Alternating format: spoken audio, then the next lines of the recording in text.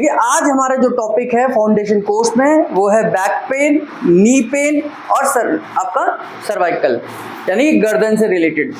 आज बहुत सारे लोगों को या तो किसी को गर्दन में दर्द होगा या घुटने में दर्द होगा या उनको कमर में दर्द होगा। और ये जो बीमारी मैंने 3 बोली, ऐसा नहीं है कि केवल बुजुर्गों को होगा या ज़्यादा उम्र के लोगों को होगा।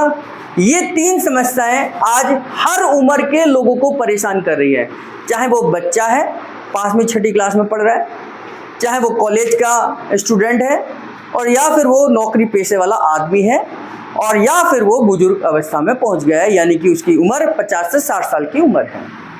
तो आज ये समस्या, गर्दन की समस्या, कमर की समस्या और घुटने की समस्या, ये 3 समस्याएं यानी कि घुटने की समस्या, ये 3 समस्याएं प्रॉब्लम बहुत सारे लोगों को, और हर घर में कोई ना कोई एक पेशेंट तो जरूर मिल जाएगा इन 3 में से किसी एक न एक बीमारी का। तो पहले हम इसके स्ट्रक्चर को समझते हैं कि ये स्ट्रक्चर है क्या, फिर हम आपको बताएंगे कौन कौन सी बीमारियां कहाँ कहाँ पर आ सकती हैं। तो पहले हमें इस सर्वाइकल के इस पूरे स्पाइन को समझना है, क्योंकि हमारी गर्दन और हमारी कमर ये स्पाइन से ही कनेक्ट है, यानी कि स्पाइन के ही हिस्से को बोलते हैं। ये हमारी स्कल है, खोपड़ी है, ये जो हिस्सा आपको दिखाई दे रहा है ये खोपड़ी है।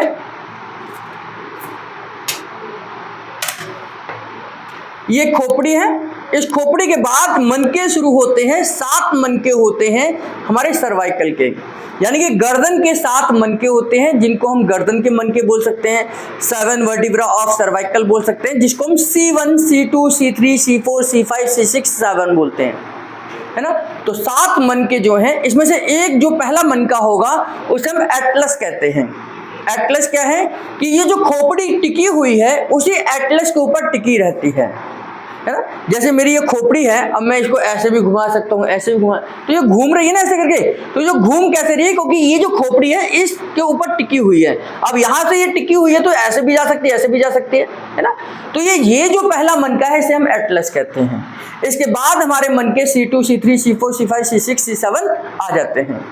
अब यहाँ से इसके बनावट को अगर हम देखें तो हर मनके के बीच में एक गद्दी लगी हुई है। आप ये देखेंगे वाइट से ये गद्दी लगी हुई है, चमकीली चमकीली सी, थोड़ा पास से जूम करके दिखा देना। ये गद्दी है। ये गद्दी क्या करती है, इसको हम बोलते हैं डिस्क, है ना। ये गद्दी जो है ये डिस्क है। ये डिस्क क्या करती है, 2 मनकों के बीच में लचीलेपन को बनाकर रखती है। जैसे अगर मुझे गर्दन को नीचे झुकाना है तो कहीं ना कहीं इनमें लचीलापन है ना, ऐसे झुका रहा हूं। अगर ये मनके एक के साथ एक जुड़े होते तो मैं कैसे झुकता, ऐसे कर, है ना, क्योंकि ये एक साथ जुड़े होते मनके। अगर ये एक साथ जुड़े होते मनके तो फिर मैं ऐसे नीचे देखने के लिए क्या करता, ऐसे करता। और अभी क्योंकि ये मनकों के बीच में गैप है, तो ये गैप है तो ये आराम से आगे झुक सकता है इतना हिस्सा। तो अब मैं नीचे झुकने के लिए ऐसे नहीं झुकता, मैं क्या करता हूँ, ऐसे देखता हूँ नीचे देखने के लिए, क्योंकि मेरे मनकों के बीच में एक गैप है। उस गैप का नाम डिस्क है। जो डिस्क है वो दोनों गैपों के बीच में एक गद्दी का काम करती है, और जितने मुझे झुकाने की जरूरत है उतना वो झुक जाती हैं। तो ये चमकीला पदार्थ आपको जो दिखाई दे रहा है, नीचे आपको ज्यादा मोटा नजर आ रहा होगा, ऊपर थोड़ा कम नजर आ रहा होगा, तो लेकिन इसको हम बोलते हैं डिस्क, यानी कि वर्टिब्रल डिस्क, है ना। ये डिस्क इन दोनों मनकों के बीच में गैप बनाकर रखती है ताकि ये मूवमेंट आराम से कर सकें। अभी आपको इनसे पीले पीले कलर के धागे निकलते हुए नजर आ रहे हैं, है ना। ये पीले पीले कलर के धागे निकलते आ रहे हैं। ये जो धागे हैं इसे डिस्क के बीच में से निकलते हैं। अभी आते कहां से हैं, तो हमारे ब्रेन से ये जनरेट होते हैं, यानी कि हमारी स्पाइनल कॉर्ड है। जैसे अगर मैं बात करूं, ये पेन लिख रहा है ना, ये पेन लिखता है, तो ये पेन यानी कि ये प्लास्टिक थोड़ी लिख रहा है, इस प्लास्टिक के अंदर कुछ ऐसे ही रिफिल अंदर है, उस रिफिल से काला काला पदार्थ नीचे आ रहा है और ये पेन लिख रहा है ना। तो ऐसे ही इसके अंदर यानी कि इन वर्टिब्रा के अंदर बीच में एक स्पाइनल कॉर्ड है। स्पाइनल कॉर्ड मतलब हर मनके में अगर आप देखें तो ये हर मनका इस तरीके से है, यानी कि ये ऊपर से तो ऐसा बना हुआ है और बीच में खोखला है। तो जो खोखली वाली जगह से ये डिस्क हमारी निकलती है, और इस डिस्क के साथ ही हमारी नर्व निकलती हैं। इस तरीके से हमारी नर्व निकलती हैं। तो C2 से एक नर्व निकल रही है, C3 से एक नर्व निकल रही है, C4 से एक निकल रही है, C5 से एक निकल रही है, C6 से एक निकल रही है, C7 से एक निकल रही है, T1 से एक निकल रही है। तो एक इधर निकलती है, एक इधर निकलती है, जोड़ों में निकलती है ना, जोड़ों में नर्व निकलती हैं, क्योंकि हमारे पेयर हैं, दो हाथ हैं तो दोनों हाथ के कंट्रोल करने के लिए नर्व निकलेगी।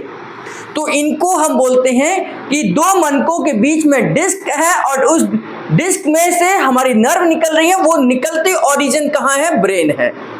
ये ब्रेन से कंट्रोल होती हैं।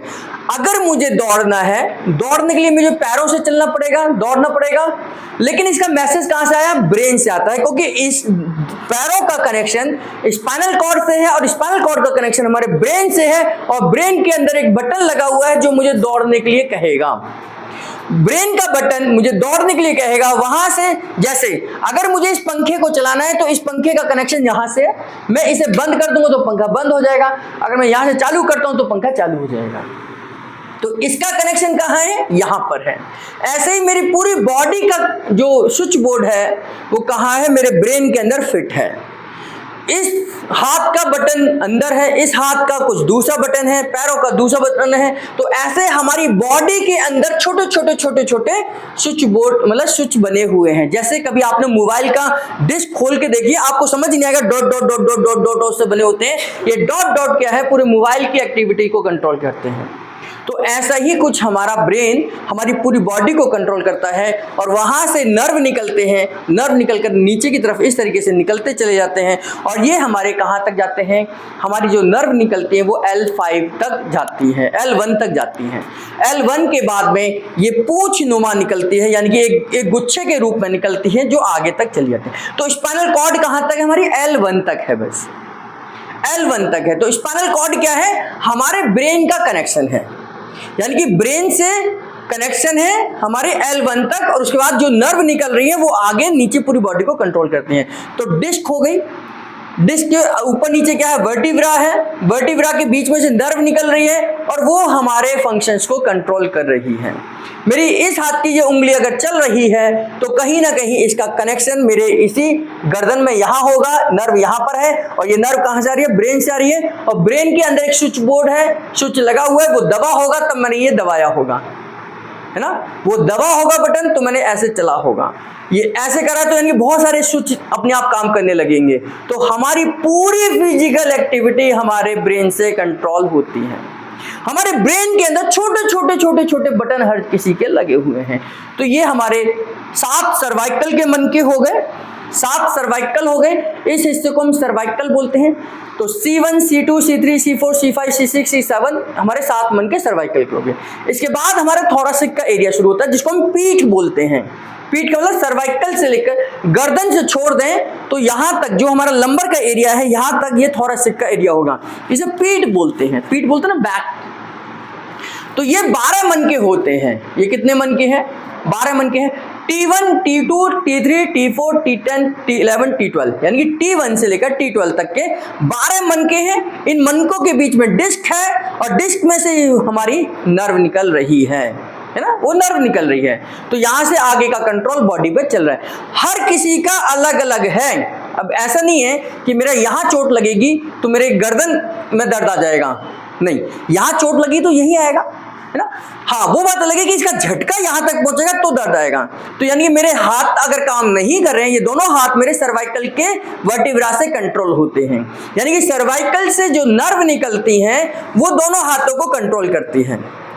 सर्वाइकल की दिक्कत अलग है, इसलिए ऐसा नहीं है कि सर्वाइकल में दिक्कत आई तो मेरे पैर काम नहीं करेंगे। पैरों को कंट्रोल करने वाले लंबर में है ना। तो हर हिस्से का अपना अपना हिस्सा है। जैसे न्यूरोथेरेपी में हम कहते हैं कि पैंक्रियाज को स्टिमुलेट करना है तो कहां पर प्रेस करना है? T8 T9 के बीच में लगभग करना है। तो इसमें ये थोरेसिक, T का मतलब थोरेसिक, तो T का मतलब थोरेसिक, T9 और T10, हम T8 को प्रेस करते हैं तो T8 और T9 के बीच में से नर्व निकलेगी, वो किसको ब्लड सप्लाई पहुंचा रही है? पैंक्रियाज को पहुंचा रही है। इसलिए हम T8 और T9 हम प्रेस करते हैं, क्लॉकवाइज करते हैं, एंटी क्लॉकवाइज करते हैं, जिससे कि आपके पैंक्रियाज को ब्लड सप्लाई पहुंचेगी, वहां की सेंसेशन पहुंचेगी। तो थोरेसिक से T1, T2, T3, T4, T10, T11, T12 12 मन के हमारे थोरेसिक के हैं। 12 मनके थोरैसिक के हैं, ये ज्यादा स्थिर रहते हैं, ये ज्यादा स्थिर रहते हैं। या तो हम गर्दन का ज्यादा यूज करते हैं या कमर का ज्यादा यूज करते हैं, गर्दन का हम ज्यादा मूवमेंट करते हैं या कमर की हम उठाने झुकने। ये मनके हमारे बहुत कम इस्तेमाल होते हैं, बहुत कम होते हैं, है ना। ये मनकों की मूवमेंट हमारी बहुत कम होती है। तो थोरैसिक के 12 मनके। इसके बाद हमारे लंबर के मनके हैं। लंबर के मनके मतलब कमर के मनके। ये हमारे 5 जो होंगे, अगर हम देखें तो ये जो 5 मनके हैं ये हमारे क्या है, लंबर के मनके। 1 2 3 4 5, तो ये 5 मनके क्या हो गए, लंबर यानी कि कमर के मनके हैं, जहां हम बेल्ट बांधते हैं, है ना। तो L1 L2 L3 L4 L5 है ना, L5 तक ये 5 मनके हो गए, लंबर के हो गए, कमर के हो गए, जहां हम बेल्ट बांधते हैं, यहां पर लगभग इतने हिस्से में। तो ये इनका कंट्रोल हमारा अब पैरों की तरफ चला जाता है। थोरैसिक के जो मनके हैं वो हमारे आगे के ऑर्गन्स को कंट्रोल करते हैं। T1 से लेकर T12 तक का जो हिस्सा है वो हमारे आगे के ऑर्गन्स को कंट्रोल करते हैं, आगे के ऑर्गन्स को कंट्रोल करते हैं। सर्वाइकल के जो मनके हैं वो हमारे हाथों को और फेस को कंट्रोल करते हैं। अब लंबर के जो मनके हैं वो हमारे अब कमर से नीचे के हिस्से को कंट्रोल करना शुरू करते हैं। तो 5 लंबर हो गए, यानी कि वही एक L1 L2 L3 L4 L5, है ना। और इनके बीच में डिस्क है ना, ये डिस्क है और यहां से नर्व निकल रही है। L1 वाली नर्व है, L2 वाली नर्व है, L3 वाली नर्व है। आप MRI कराते हैं उसमें साफ साफ लिखा होता है L1 L2 L3 nerve compression, यानी कि L1 L2 L3 पर नर्व का कंप्रेस होगी, नस दब गई है, तो ये नर्व का कंप्रेशन है। L5 और S1 नर्व कंप्रेशन, यानी कि L5 और S1 के बीच में नस दब गई है, उसको हमने नर्व कंप्रेशन बोल दिया। तो उसमें साफ साफ आपको समझाया होता है कि दिक्कत क्या आई है। उसके बाद हमारा क्या है, ये सैक्रल का हिस्सा है। सैक्रल के हिस्से से ये नर्व आपको दिखाई दे रही है, ये निकल रही हैं, ये नर्व निकलती हैं जो हमारे ऑर्गन्स को स्टिमुलेट करती हैं। सैक्रल के ये 5 मनके होते हैं। ये शुरुआत में 5 मनके होते हैं सैक्रल के, लेकिन धीरे धीरे धीरे कर कर ये 5 मनके जुड़ जाते हैं, तो ये लास्ट में एक मनका हो जाता है, एक हड्डी बन जाती है। ये इसको हम सैक्रम बोलते हैं, सैक्रल या सैक्रम बोलते हैं। इसके बाद हमारी छोटी छोटी 5 हड्डियों का एक ग्रुप है जिसको हम टेल बोन कहते हैं। यहाँ पर अगर हम देखेंगे तो ये लास्ट में एक छोटी सी नुकीली सा हिस्सा है, इसको हम टेल बोन कहते हैं। ये छोटी छोटी 5 हड्डियों से मिलकर बनी है और ये 5 हड्डियां आपस में जुड़ जाती हैं, तो एक टेल बोन यानी कि कोकैक्सी कहते हैं इसे। कोकैक्सी यानी कि कोकैक्सी का मतलब हमारी लास्ट बोन ऑफ स्पाइनल, यानी कि स्पाइन की लास्ट बोन है, एक बन जाती है, जिसे हम अपनी पूंछ बोलते हैं, टेल बोलते हैं, इसको टेल बोन कहते हैं। जब इसमें दर्द आता है तो इसे हम क्या कहते हैं, टेल बोन पेन कहते हैं।